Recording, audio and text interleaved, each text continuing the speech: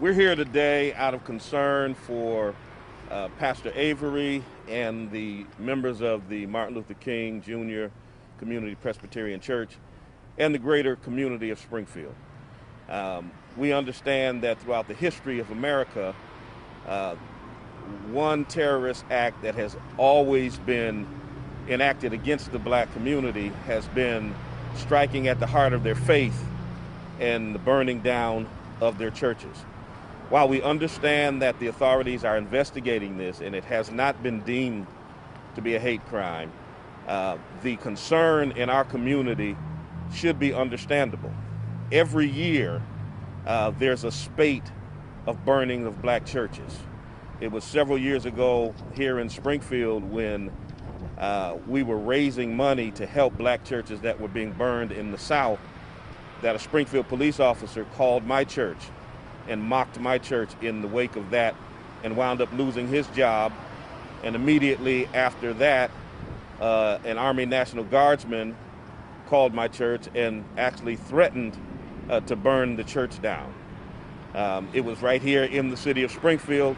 If you remember, in 2008, in the wake of Barack Obama being elected as the nation's first black president, that 3 white supremacists burned down the Macedonia Church of God in Christ. And so this type of activity has always happened in our community as an act of terror, an act of hate. And while we're not calling this that as of yet, it yet and still raises the level of concern. And so what we're here to do is to speak the concerns of the community, to call for an exhaustive and complete investigation, but also we're asking that the powers that be, the mayor and the police commissioner and the fire commissioner, take proactive steps to safeguard other faith communities that are nervous in the wake of this. We have a level of racial polarization in our nation.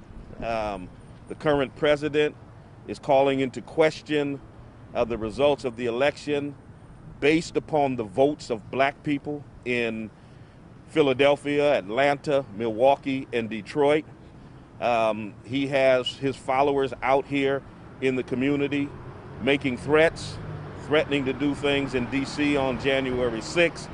I've been threatened many, many times by his supporters. And so in the climate of racial polarization in our nation, we are very concerned, and we're asking the powers that be to take proactive steps to ensure that our communities are safeguarded, our churches and other faith communities are safeguarded, and to do all that they can to intersect with community leaders to make sure that that happens.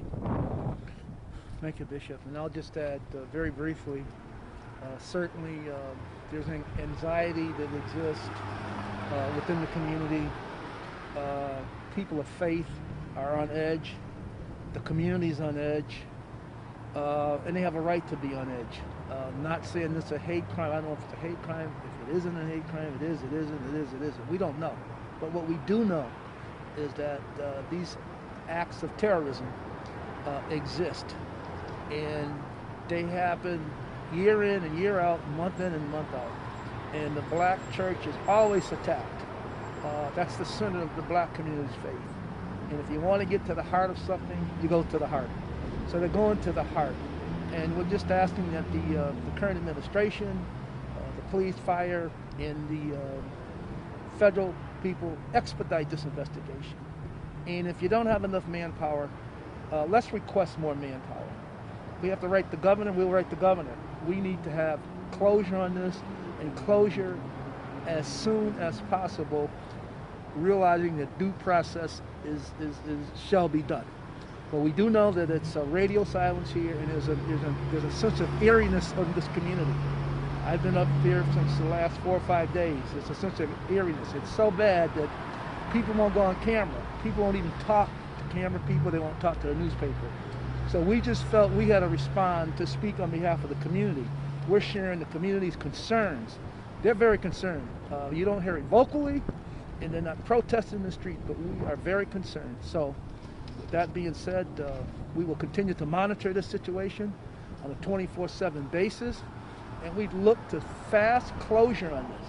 And as I said, if you don't have enough manpower, then let's ask for more manpower. Let's call the governor. Let's get in some special forces if we have to.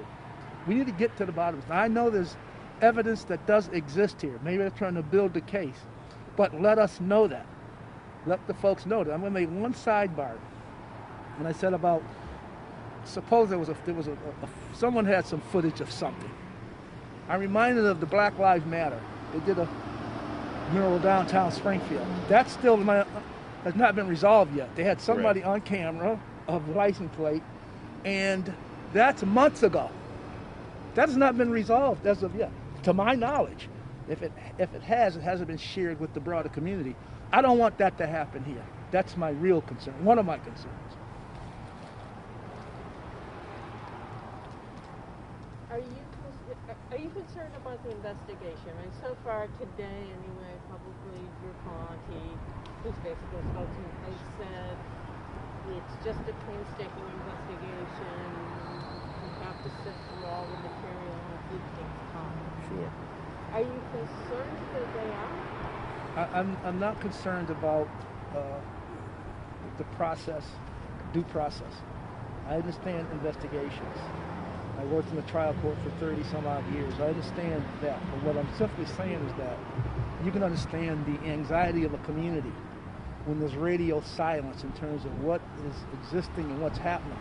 I think we need you know, what I would do, it might not be a bad idea if the police commissioner or the fire commissioner have a press conference every single day and talk to the residents, talk to the people, have a press. This is, you know, I've been getting calls about, you probably too, Bishop, all over the country. Yeah. People are calling all over the country. This is not just the spring. I've got calls from all over the country on this. All I'm simply saying is that we know the investigation takes time. But typically in those investigations, they communicate. When 9/11 happened, I'm not saying this is 9/11, but every single day was a press conference. You're communicating with people. When there's silence and when there's almost a blackout, so to speak, people start drawing their own conclusions, start drawing their own parallels as to what's going on. That's all we're saying. I understand that. So I would simply say maybe a press conference and speak to this. This is how important this is. Speak to it every day if you have to. Communicate with the people. Yeah, and I believe that in addition, with that communication comes a responsibility to allay the fears of the community that is very concerned about this issue. There should be a calling together of other faith leaders to say, this is how you can safeguard your houses of worship. This is what you need to do in case of an emergency. There needs to be a level of communication that happens with those communities in the wake of this. And so I think that the city can do a lot in terms of allaying the fears of the community in this very tense time. You described the communication between you and authorities as radio silence. Could you just clarify that a bit and just tell me about what has been the last time you have heard from investigators about this investigation and what have they been able to tell you the last couple of days? Well, I think, so in our city, we have a Pastors Council of Greater Springfield, to which MLK has long been a standing member in other black churches throughout the community. We have other faith collaborations. There has been no communication with those entities to say, here is the status of the MLK investigation. Here is how you can safeguard your churches. Here are the contact people if you have any questions or concerns. I think that level of communication has to happen. When it doesn't happen, then the perception is there's radio silence, there's a lack of concern for the communities that are impacted by that. This is a historical black church in our city. This is a church named after Martin Luther King Jr. When there has historically been a targeting, and I'm not, as I said before, I'm not saying that's the case in this instance. We don't know. But there has been a historical targeting of historical black churches. When Dylan Roof went to Emmanuel Church in Charleston, he targeted that church. That church was the home of Denmark Vesey, who led the Great Slave Revolt. That church was targeted purposely. When the Proud Boys just recently were in D.C., there were two historical black churches that they vandalized, ripped down their banners and burned their Black Lives Matter banners. They targeted those churches specifically for their historical significance. Now, we don't know if that's the case here, but this is a historical black church that has been burned in our city.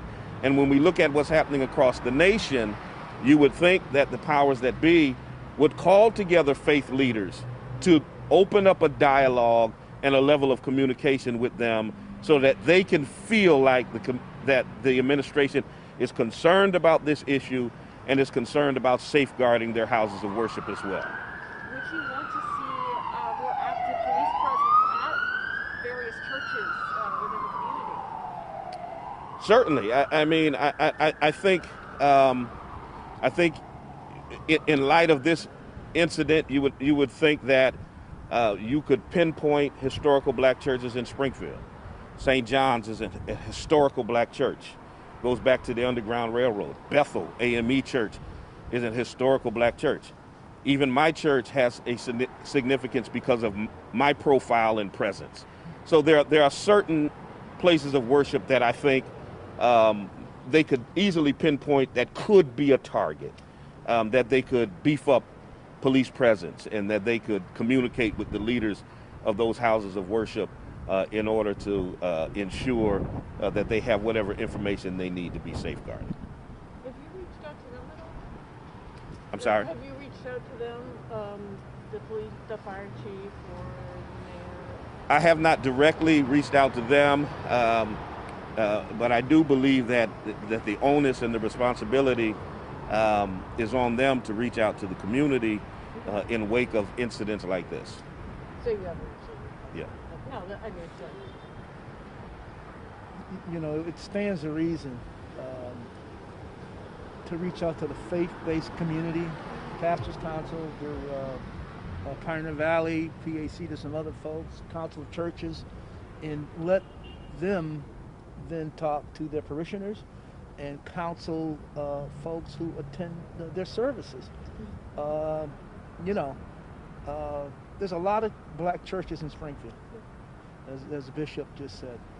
And we know that we would like to see better communication to those churches. And with that being said, I plan to talk to the mayor, maybe tomorrow, maybe New Year's, and just say, maybe we'll reach out. Let's do some proactive stuff here. Let's reach out to all of the churches in the greater Springfield community, because whether or not you hear them talking about it, it's on their hearts, it's on their minds.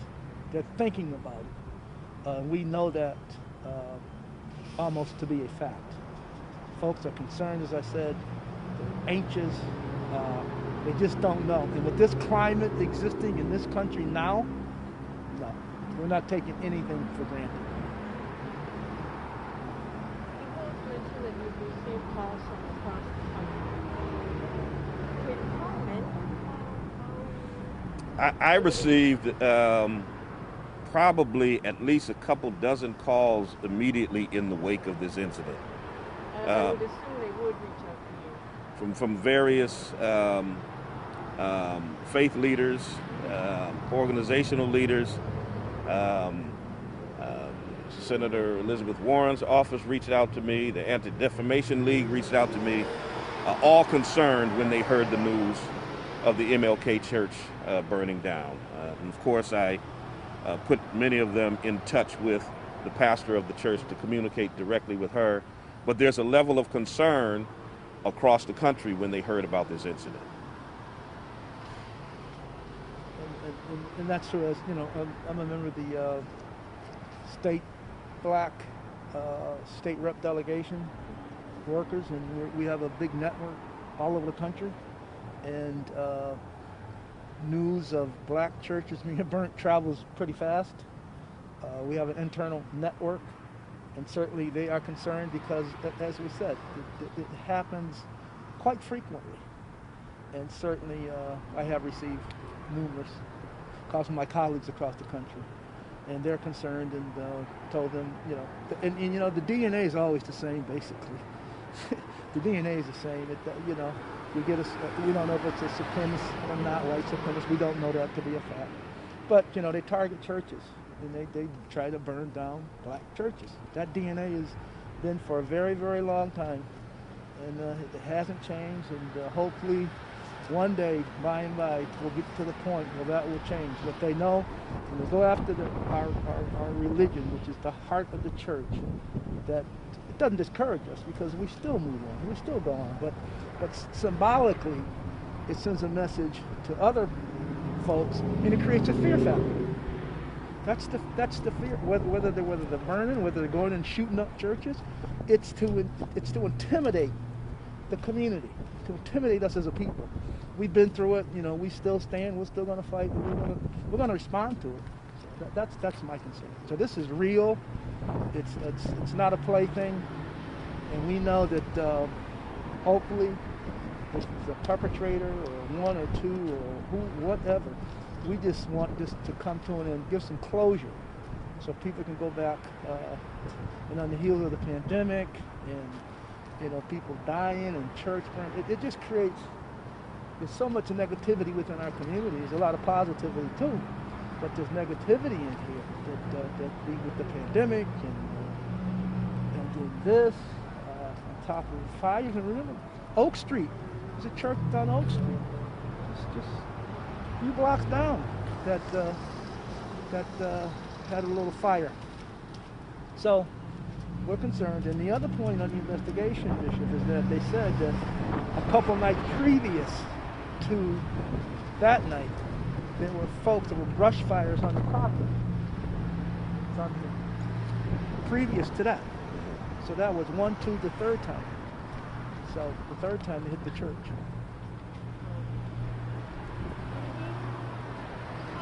Churches, I'm sure, has been working with the pastor here. Do you know what they're going to do about worship and so on and so forth? I know there's always a cooperation with churches and things like that. Yeah, I'm not sure. I believe, like most churches, they have been doing virtual worship services, and I know that many of my colleagues have expressed their concern to Pastor Avery, as have I and others.